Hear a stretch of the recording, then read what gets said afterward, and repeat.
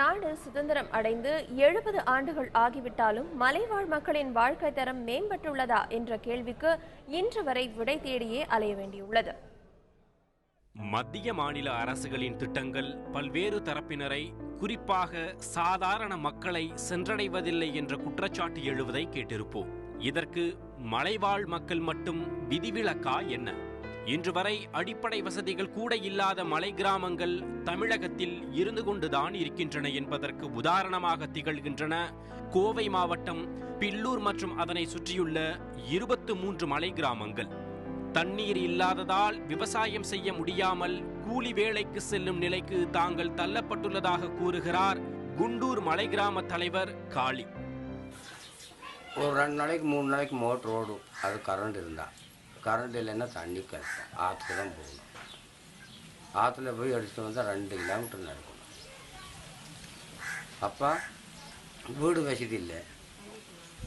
காட்டில் மழை இருந்தால் வெள்ளமே விளைச்சிக்கலாம், இல்லைன்னா இல்லை, எங்கேயோ கூலி வேலைக்கு தான் போகணும்.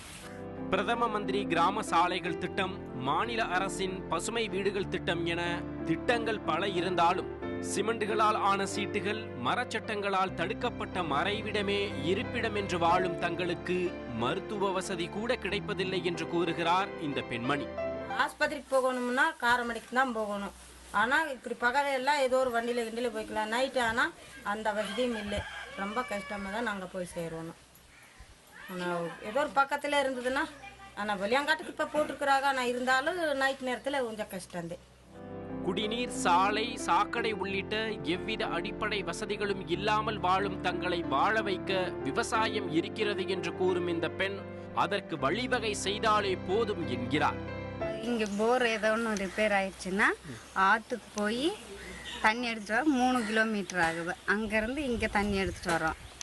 ரொம்ப கஷ்டமாக இருக்குது. எல்லா ஊரில் வீடும் கட்டி கொடுத்துருக்குறாங்க, இந்த ஊருக்கு வீடும் கட்டி தரல. வீடு கட்டுறதுக்கு ஏற்பாடு பண்ணிகிட்ருக்குறாங்க, ஆனால் எப்போ அதை கட்டி கொடுப்பாங்கன்னு அதுவும் தெரியல. அதே மாதிரி இங்கே விவசாயம் பண்ணுறதுக்கு ஏதோ ஆற்றுலேருந்து தண்ணி கொண்டு வந்து கொடுத்தாங்கன்னா விவசாயம் செஞ்சு இந்த ஊருக்காரங்களும் நல்லா இருப்பாங்க. தந்தி டிவி செய்திகளுக்காக மேட்டுப்பாளையத்திலிருந்து செய்தியாளர் சண்முகம்.